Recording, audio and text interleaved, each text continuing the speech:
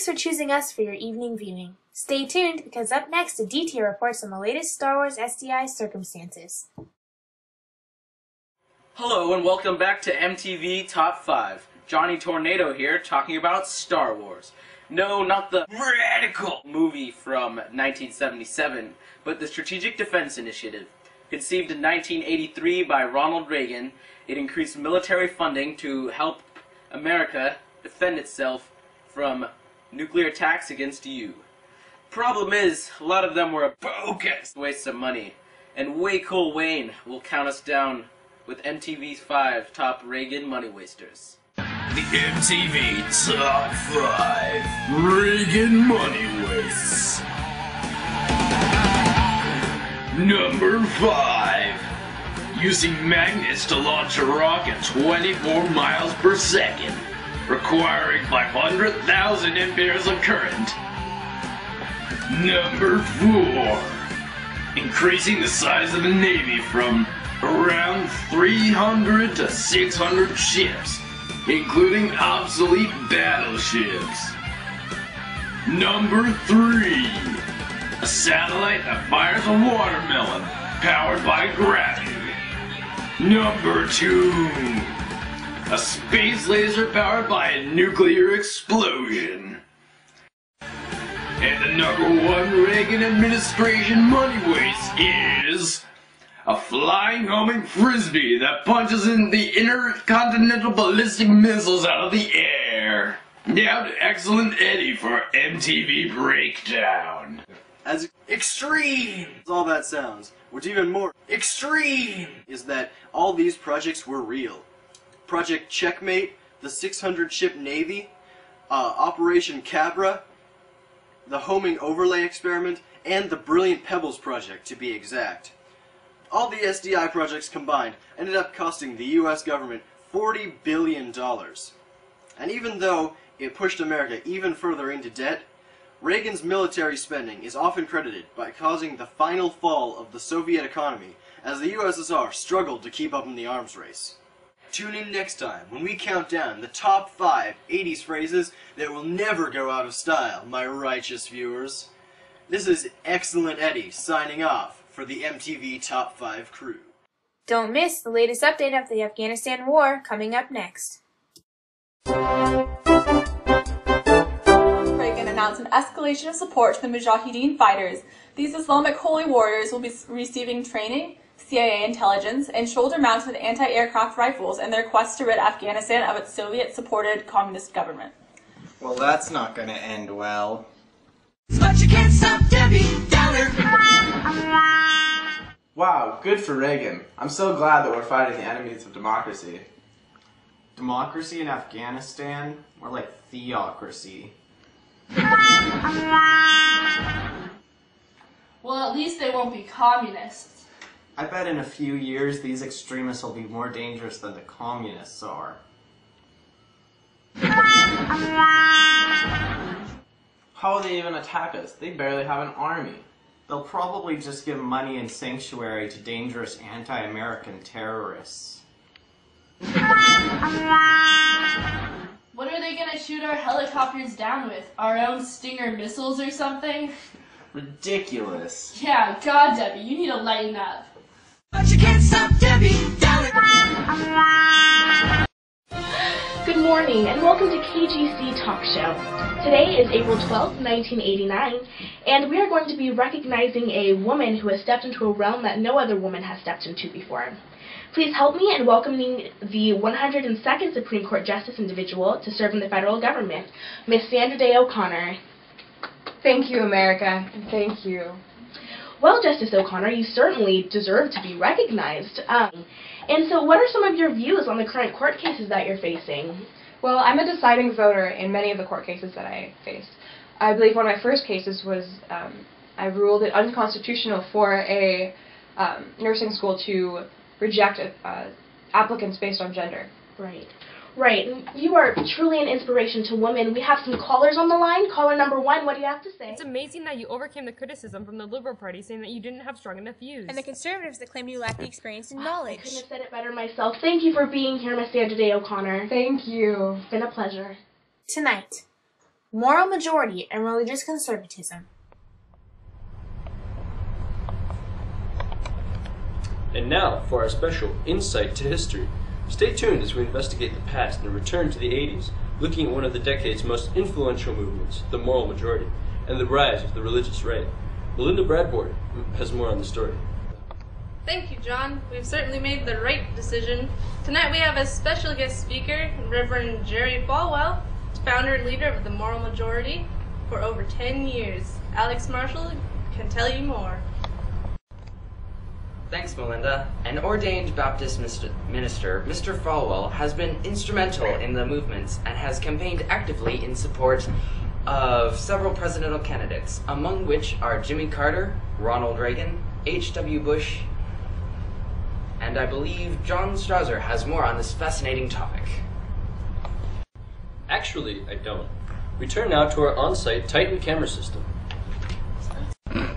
Tell us, Mr. Fowle, what was or is the moral majority? We are an evangelical Christian group concerned with encouraging conservative Christians to become politically active. We believed then, as I still believe now, that the religion is not separated from politics, and that we Christians need to make our voices heard. Go. What inspired you?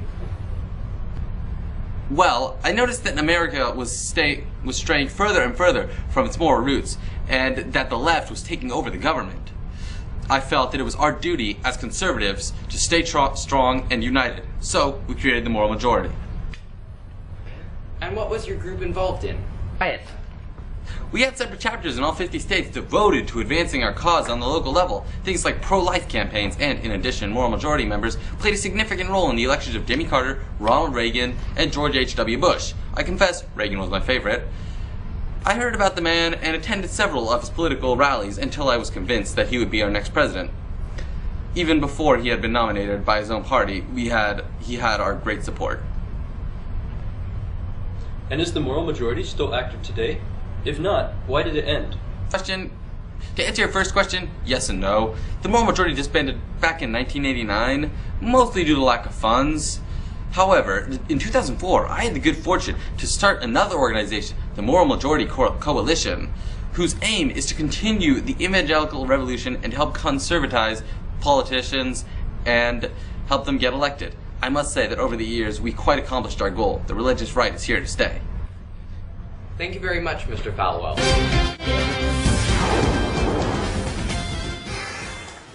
Update on the Berlin Wall. When the Berlin Wall was first created in 1961 by Soviet leader Nikita Khrushchev, it stood not only as a barrier towards the unification of a nation, but also symbolized the denial of certain unalienable rights towards those who wished to overcome it. Now to live reporter Hans Bruchheimen, who's on the east side of the wall. Thanks, Bill. Here I am on the eastern side of the wall with Wilhelm Artenbuch, who was alive during the wall's construction. Can you tell us what it was like? Yes. This wall is awful. My sister tried to scale the wall, but was shot down by an officer. We weren't able to recover her body.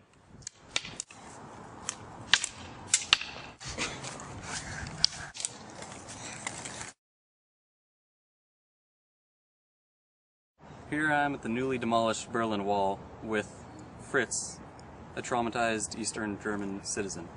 What does the fall of the wall mean to you? Fall of the wall, the Berlin Wall, I never thought I would see this day. It's really a big symbol for the end of communism and the end of oppression, and now all these people, we can have a better life here. Now we can all have the same opportunities, and it really gives us all a sense of national pride and really a feeling of togetherness, and I'm really happy, man. I'm really happy. We've got a short commercial break coming up, followed by the moment you've all been waiting for, the launch of the Challenger. For the best coverage around, stay tuned. Isn't it boring living in the 50s? Well, lucky you. Today is Dress Up of the Decade. The 80s is fun and colorful, and it's known for its eccentric and fun styles. Let's get you out of these awful outfits and into something more decade appropriate. Let's start with your hair. Stunning! These scrunchies and side ponytails were all the rage in the 80s. Now let's do your makeup. Splendid! With such bold and vivid makeup, you are sure to catch somebody's attention. And last but not least, let's get you out of these drabby clothes. Cooking MCs like a pound of bacon. Burning them, you're not quick and nimble. You're a simple with a souped up tempo. I'm on a roll, time to go solo. In my 5-point Breathtaking. Now you are both ready to take on the world of the 1980s. You go, girls. Pursuing to the next stop. I bust the left and I'm heading to the next stop. The block was dead, yo, so I continue to A1A. Beachfront Avenue. Girls were hot. Dave, you have a call? Oh, dude, Dave, you should totally mess with this guy. Alright. Hello, this is Raj. Welcome to tech support. How may I help you? Yes, my company just bought an internet, and I want to know how to send mail. Sir, you cannot buy the internet because the internet is not a physical object. It is a connection between a multitude of servers that is used to connect through to the government, but then was able to be used by other companies to communicate instantly. Everyone knows that. Yeah, that's cool and all. I just want to know how to send mail. It is not mail, it is electronic mail or email for short. Email was invented in 1985 and was so useful that it was revolutionary like the Revolutionary War. Yes, I want to know how to use it. After the invention of email, many companies like yours became very interested in the internet, and many of them bought personal servers for commercial use and created online ads in stores in order to sell things like jackets, water bottles, cheese hats, coffee mugs, refrigerator. Now inspired by the government agency ARPANET's success in the internet, a member from the Coordinated Experimental Research Program even says the internet's most important contribution was to bring together the US science community and to foster an environment for the internet. Look, aren't you tech support? I direct you to tech support now. And now, live upfront coverage of the Challenger's launch. Good evening, and thank you for joining us for a special broadcast of the Challenger Space Shuttle, which is taking off today on its 10th mission. Live on the scene now is Eli Siegel. Thanks, Ian. We're here at the site of the Challenger launch, and as you can see, there are hundreds crowding around to see the shuttle take off. It's a very cold morning. Anthony, I know there have been setbacks for this launch. Do you think that the weather will affect anything here today? No. I believe there's been some concern for the ice freezing around the shuttle, but there's no need to worry because ice team's been working for 24 hours, chipping away, so I think it's good. So yeah. Brian Barley, one of the many bystanders here. Brian, what do you think about the space shuttle? Well, I think it's a very nice shuttle. Just a beautiful ship. It truly is. Oh look, it's going right now.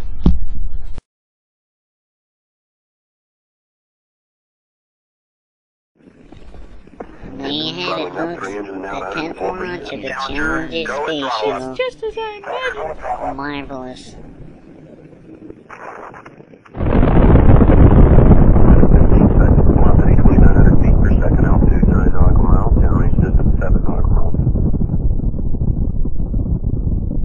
It's truly a sad day in American history.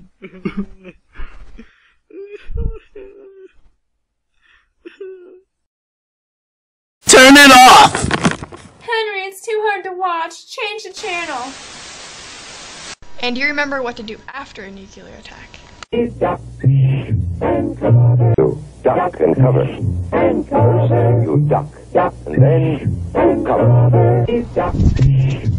cover. Well, President Reagan has some exciting news that could end the Cold War with the USSR. I come to you today, fresh from the signing of the new Intermediate Range Nuclear Forces Treaty with the Soviet Union.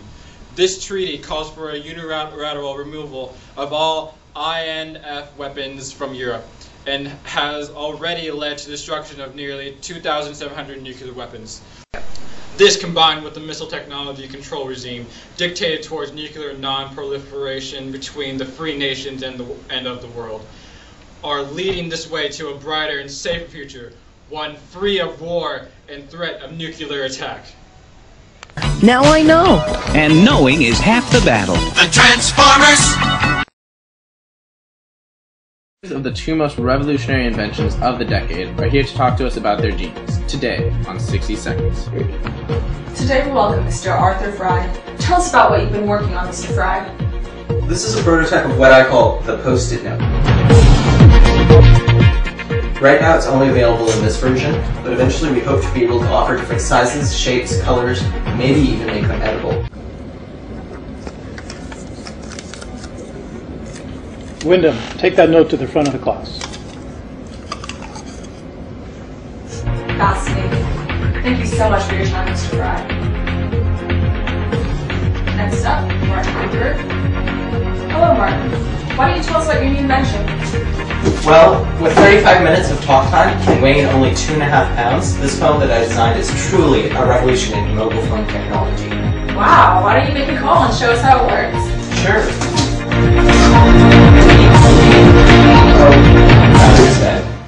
Oh, well, we have an outlet right here, so that's fine. It takes 10 hours to charge, so... Coming up, the Iran-Contra documentary, Adventures with Indiana Jones and E.T., an episode of Yuppie Life. Oh my god!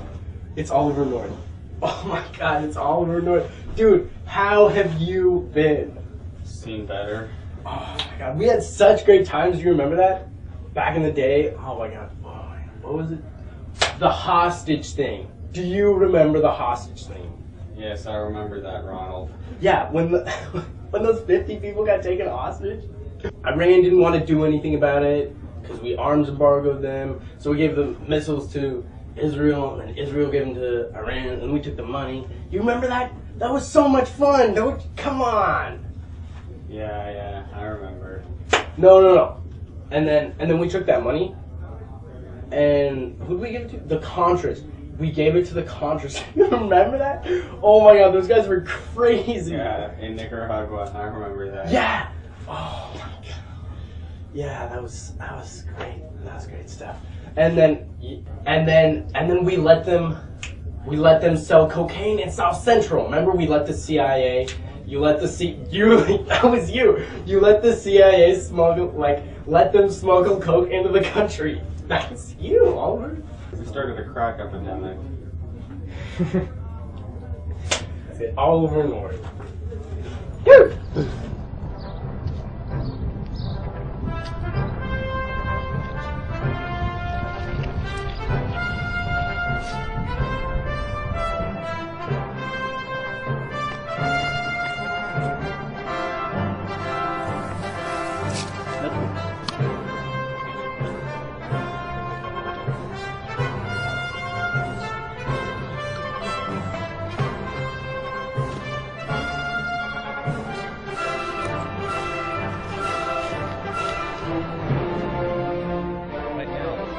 Do it again.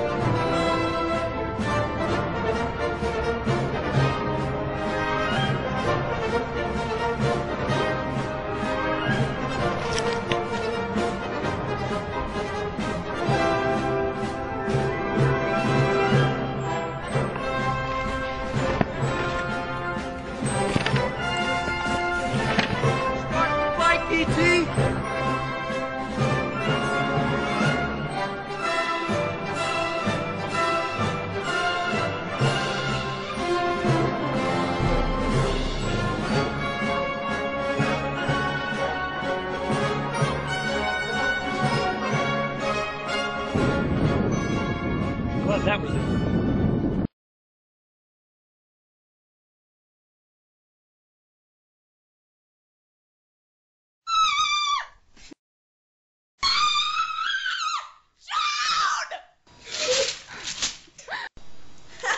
I'm Joan Jett. I'm a musician, and my hot single, I Love Rock and Roll, was at the top of the charts in '82.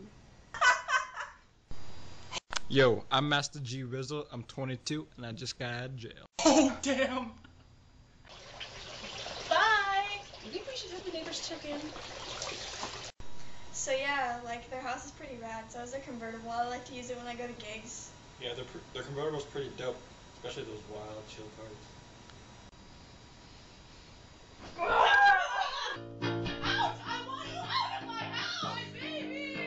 I'm never letting anyone into my house again. Do you know that Richard has been out in that car for 3 days? He hasn't left. He hasn't gone to work. He's going to lose his job. What are we going to do? We only have $70,000 in savings. Enough of this sitcom stuff. Change it to the music channel. Vandalism. The underground movement, look upon it, discuss it. To us it's an art, the city just buffs it. It will never be accepted. A change without legality. The storm's about to start. Hip-hop is a reality. Now where do I start? Part of this culture, rapping at the corner mart. It's where it all began, not meant to blow up, but that's what happened. Fools begin to flow up. Break dance represents us, beats go to our heart. Like boneless figures, bodies speak with no fight. Listen to our verses, and you'll understand why hip-hop is a place with the people and the land. Woke up to a gunshot, somebody you know, but she lives on a street where the cops don't go. She escapes into the movement of her body to and fro, puts her passion into dancing, scratching surfaces below. And so the sinister minister sits and laughs at the listener, and he doesn't know the fury or the fire of the finisher. The wind of transformation has blown through our hood as we flow to hip-hop mode is misunderstood.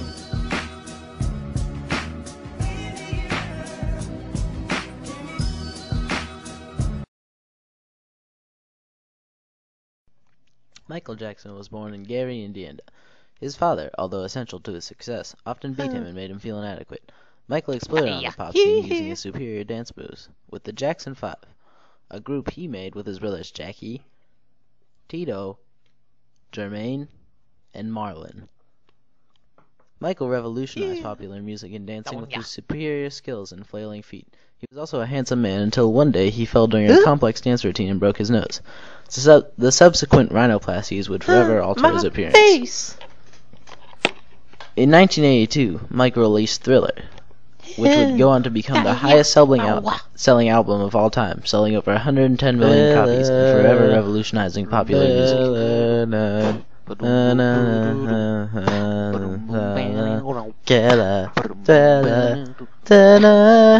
Michael is perhaps the most well-known and personally inspiring figure in the history of popular music.